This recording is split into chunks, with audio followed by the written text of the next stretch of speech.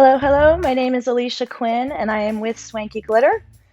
I'm going to show you how to make a leopard print tumbler with a little bit of a spin on it. So today I'm going to be using the 30-ounce modern curve tumbler that I got from the Stainless Steel Depot, which is my favorite place. I have my cup spinning with a desktop space heater in front of it, and I'm going to put a link as to where I got that. I am mixing 5 milliliters of epoxy, even though you only need about 2.5 milliliters, especially if you have your cup already heated or you're heating epoxy up. Some people like to stick their containers of epoxy inside warm water, and that's fine. I just don't like to do it that way. I feel like that's an extra step, having to fill up warm water in a container, whereas here I just have my cup spinning in front of a space heater and it's doing its work on its own. So to each his own.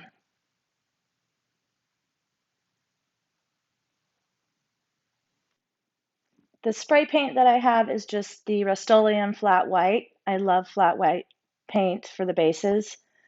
Um, I did an Instagram video with a wood grain technique on a flat white paint and a shiny white paint, and you get two totally different colors of wood grain. It's pretty cool. So you can check that out. Swanky Glitter Instagram. I'm going to speed this bad boy up. As you can probably see, you might not be able to read it, but I'm using the Bow & Turner. I love them. If you invest in this turner, you will not have to buy 15 crappy turners and end up spending the same amount of money you would if you would have just bought one Bow & Turner. So I love them. Bow & Turners, customer service is great, company's great. They're my favorite. I'm using White Christmas. This is not a transparent glitter. This is an opaque glitter, meaning that you cannot see through it. Sometimes when you put white glitters on different colored bases, like a black base or a white base, you're going to get two different colors.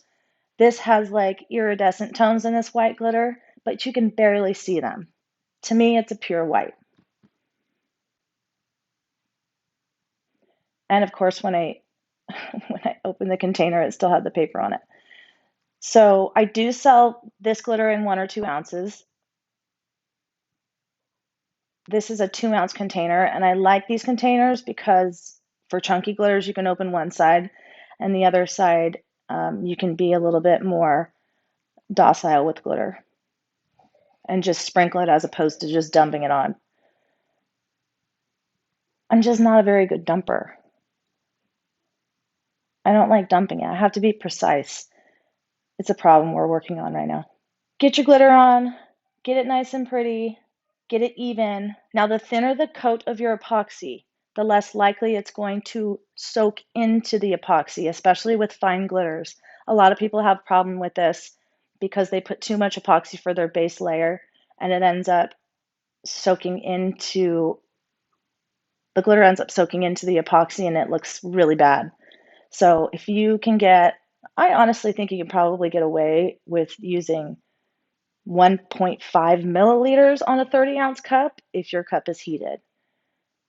And you don't even need to work really hard at it to spread it. I just love heating the cup up. Okay, I know earlier I said these had iridescent properties. What I meant was they have like pearlescent properties. You can see it right there, a little bit of rainbowish, but that's only because the light is hitting it at a certain angle. It's pure white, basically. Don't forget the bottom of your cup. Just kind of make a pile with the glitter and then just stick it on there. Works out great.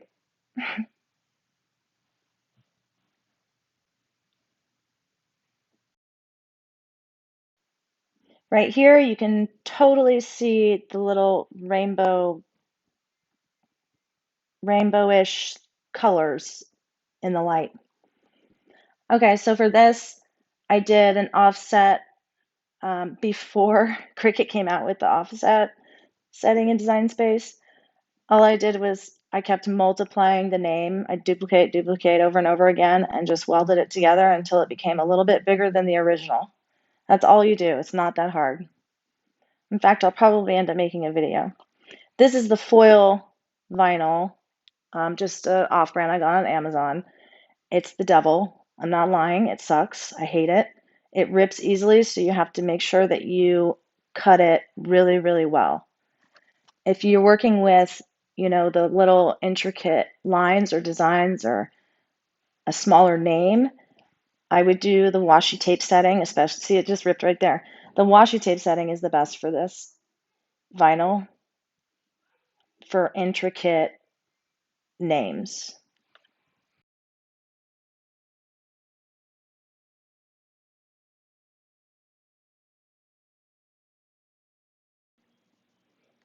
All right, so this is the layered, I'm doing a layered technique, I guess you can call it, where you just put the smaller lettering on top of the bigger one. I really, really like Cricut transfer tape. It's very, very sticky though. So for the vinyl, for this foil vinyl stuff, I kind of stuck it to my clothes. I've used this about 20 times now, this piece of Cricut tape. You can reuse them over and over again.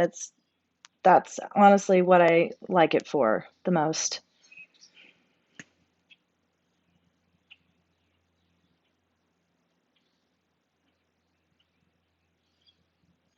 And just put it over the top. The black vinyl, I believe, is Cricut matte vinyl. It has the matte finish, not the glossy finish.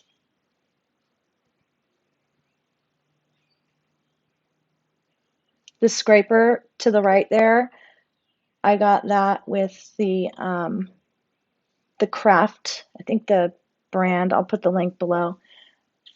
Craftopia, I believe, is the brand of transfer tape. It's the blue one with the lines, like the light see-through blue. And this is my favorite for especially foil vinyl because it doesn't leave scratches. So one side has and I believe the Bowen Turner, they sell these too. But I didn't know that. I think they had just come out with them recently. So I'm kind of bummed I didn't get it from them, or else I totally would have.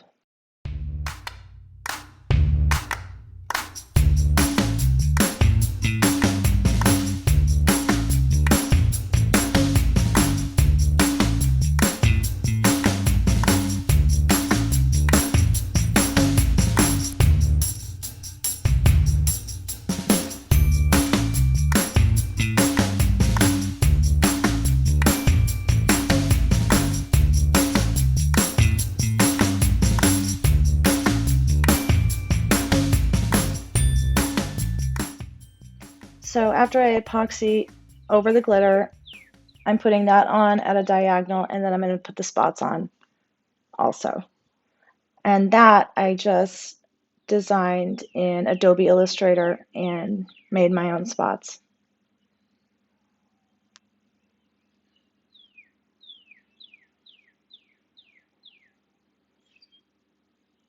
So I actually used fast set on this, and in the epoxy I put a little bit, I believe I put a little bit of blue or turquoise alcohol ink. I think it was Baja Blue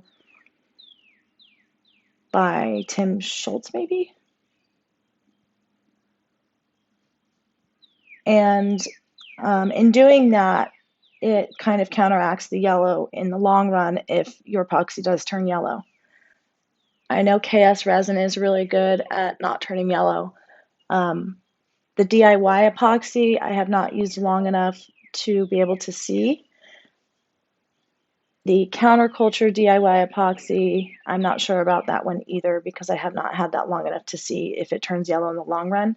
But this is not the top coat either way. So I just used the fast set for this coat also because you're not going to smell this. I still need to do another coat over it.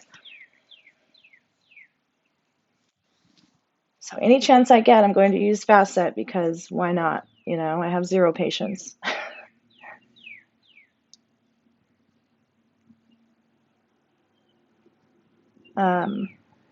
I wanted to cut this transfer tape just in areas to be able to get it on. I think I ended up doing that actually, but it makes it so much easier to just cut like above the M so that you can get that letter on, and then in between the I and the M, and in between the legs of the K. But I was just too stubborn because I want to use this transfer tape again.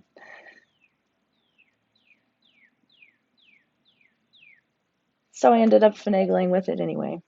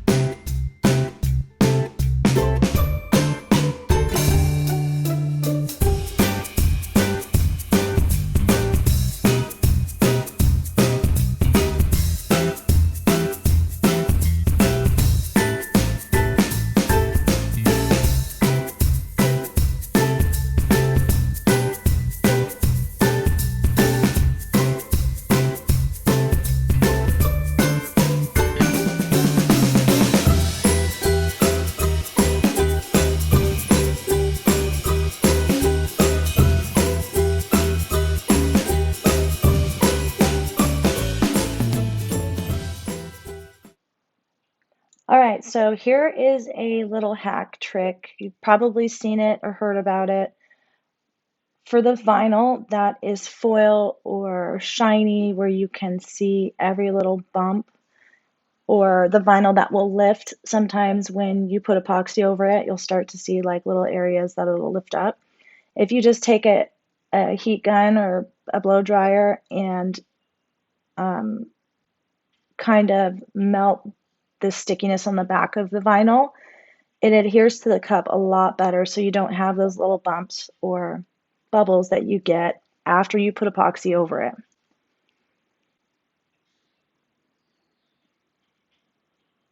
And it's worked every time.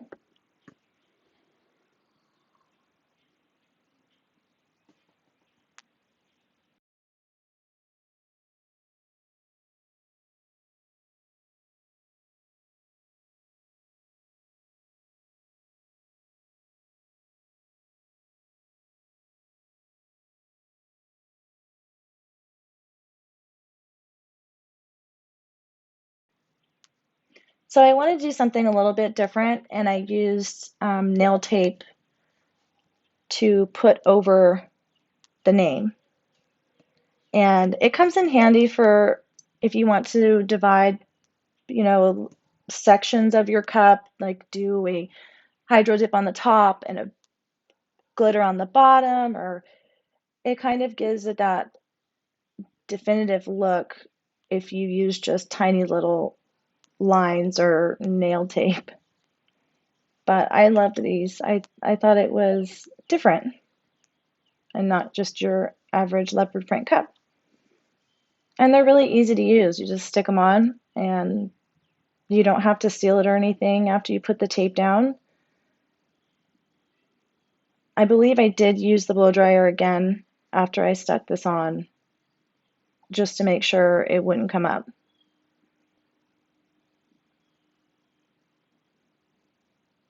And no, I did not measure it. I was just eyeballing it. Who's got time for measuring, right? I don't have time for measuring.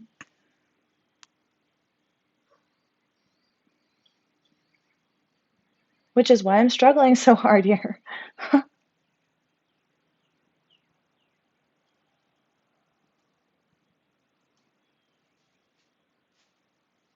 All right, so after I got the lines down, I just took an X-Acto knife and cut right next to the letters and pulled off the lines that were over the letters.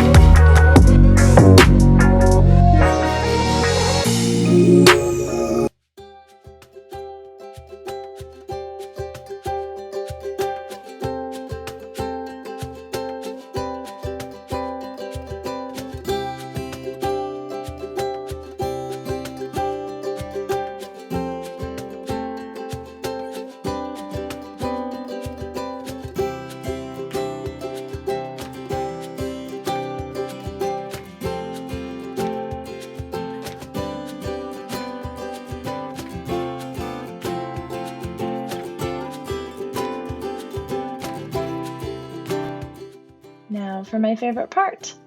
Time to put the leopard spots on.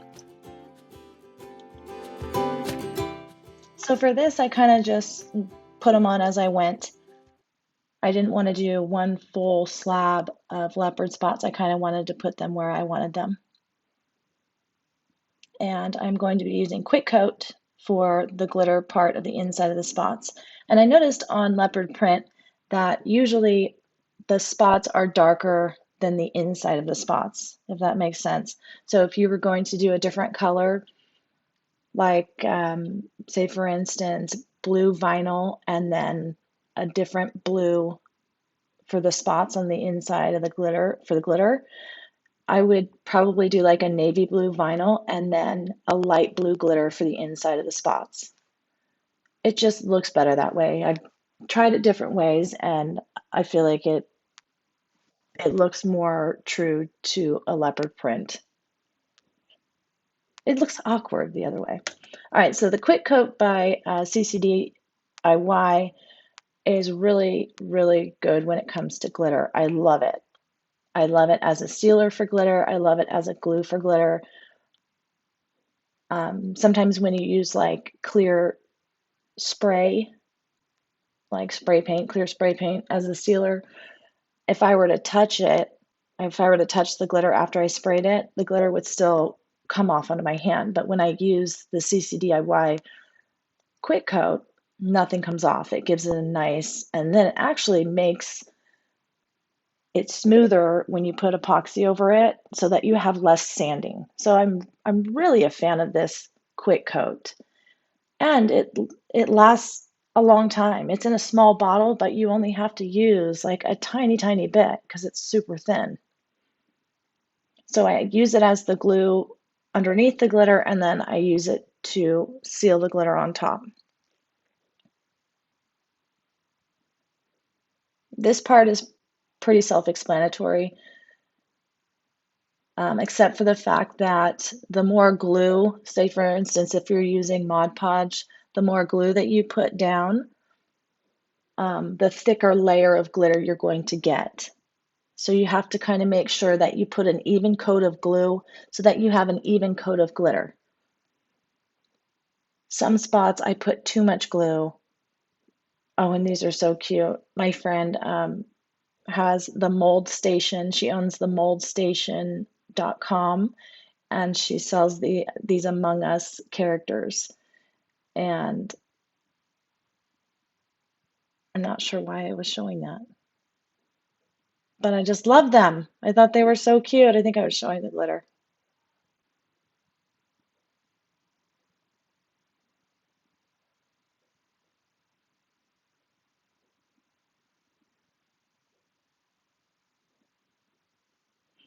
So the thicker the glue that I put on, it ended up having a thicker layer of glitter, which then in turn you have to put more epoxy over because it's thick and you have to cover the glitter and then you end up sanding. So you're going to have an extra step in there somewhere if your glitter is thicker. If you have a thin layer of glitter that only kind of is raised as high as the vinyl, you're not going to have a whole lot of sanding to do and you don't have to use a whole lot of epoxy. And that's just the nail tape I was talking about.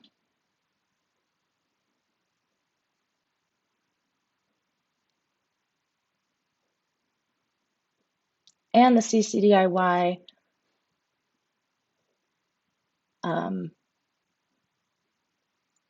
Quick Coat is extremely fast when it dries. It just dries really quickly. That's the other reason why I like it. Even if you hit it with a heat gun or a blow dryer, just make sure that your glitter is on there because it will blow everywhere. I don't think I had to use a heat gun on this one because by the time I was done with the last spot, the first one was already dry. So then I was actually looking for areas where there might have been holes or glue spots that I missed. And I think it's because of the white, it was really hard to see where I put the glue.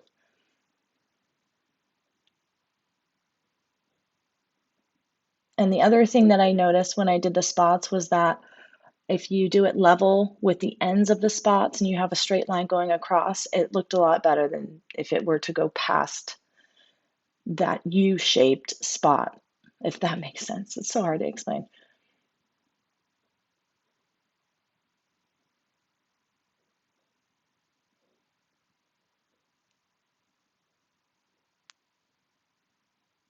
And then I put a final coat over the top of the glitter and let it dry. Also, the brush that I'm using to brush off the excess glitter is just a chip brush, like a large chip brush, or I think this one is a medium one, and I got these in like a 3-pack, but these work really well for brushing off glitter, or even brushing off glitter off of your desktop or your craft table.